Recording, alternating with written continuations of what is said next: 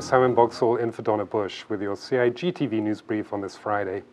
Following the announcement yesterday by Chief Medical Officer Dr. John Lee that the Delta variant of the dangerous COVID-19 virus has been found in travelers in the Cayman Islands, Governor Martin Roper, Premier Wayne Panton, Leader of the Opposition Roy McTaggart all made public messages promoting vaccination against the COVID-19 virus.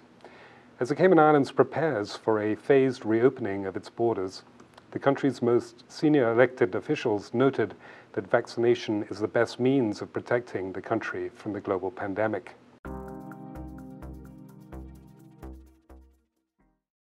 Hi, Roy. Thank you very much for joining me today. You know, I know we share a collective view on this issue with vaccinations and the absolute need to get our people vaccinated in the country. And I believe that that view is shared across all of Parliament, so all of our colleagues are unified in that respect. But I wanted to get your thoughts in respect to that. Thanks a lot for inviting me to be here with you today, Wayne. Delighted to do so. You know, the issues surrounding COVID-19 is one that's been with us now for almost 18 months. And you know, the idea of getting people vaccinated is one that is foremost in our minds. And we are, even as an opposition, although we sit on opposite sides of the aisle, we are united with government in what it's trying to do and to accomplish to get people vaccinated. Health Minister Sabrina Turner praised the work done by public health teams to manage the risks to the community to date, but also stressed the importance of the vaccine. Here in the Cayman Islands, we do remain protected by the testing and quarantine measures that are currently in place. However, the risk will increase as we begin to gradually reopen our borders, and the best possible way to protect yourself from the Delta variant and any other strain of the COVID-19 virus is to get vaccinated. In his statement, Governor Martin Roper called the arrival of the Delta variant unsurprising. The governor also expressed confidence in local public health teams, but emphasized that the vaccine offered the only possible route to a safe reopening.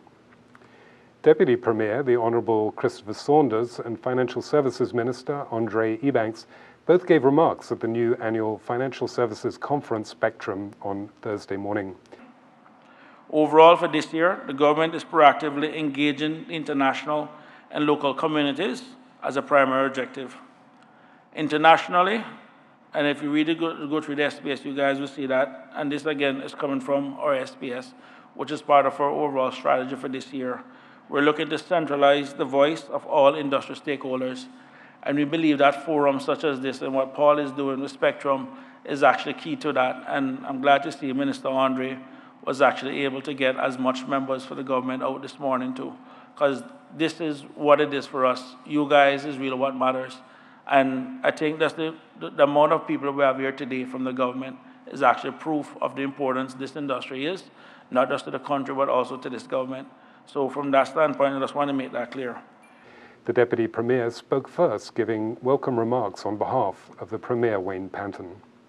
That's got to be our guiding light, that around the world, to be a globally respected financial services center of excellence.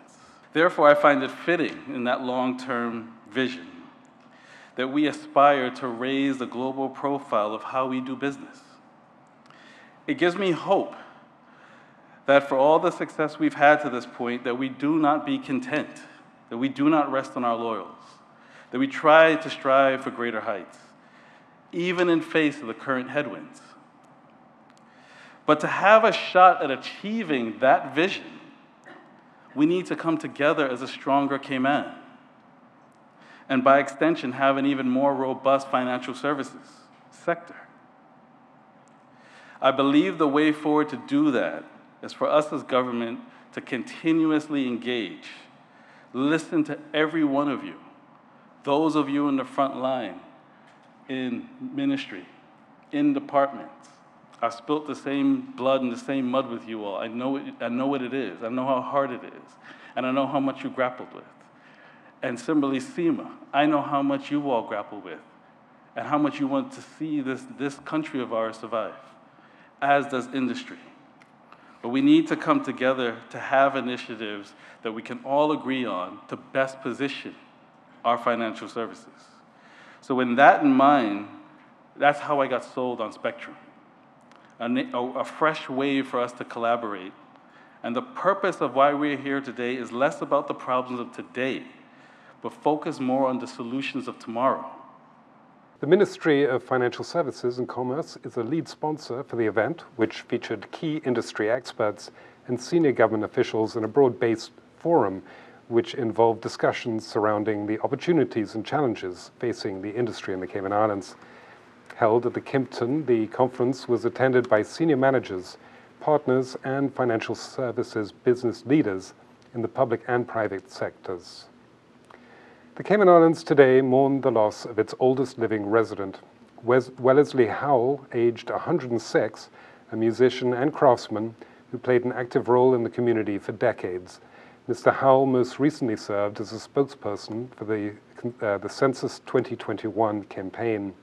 His most recent birthday in January was attended by the Governor, the Premier, the Leader of the Opposition, and the Deputy Governor.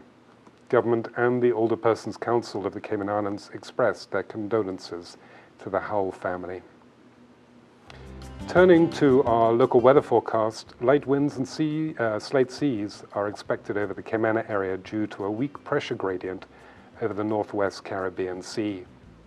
Radar images show isolated showers in and around the Cayman area moving towards the west. Tonight's forecast calls for partly cloudy skies with a 20% chance of showers. Temperatures will fall to the upper 70s Fahrenheit and winds will be east to northeast at 5 to 10 knots. Seas will be slight with wave heights of 1 to 3 feet. A reminder that you can find the latest on local weather conditions online at weather.gov.ky. And that's it for today's news brief here on CIG Television. I'm Simon Boxall, inviting you to join us here again on Monday. Have a safe and enjoyable weekend.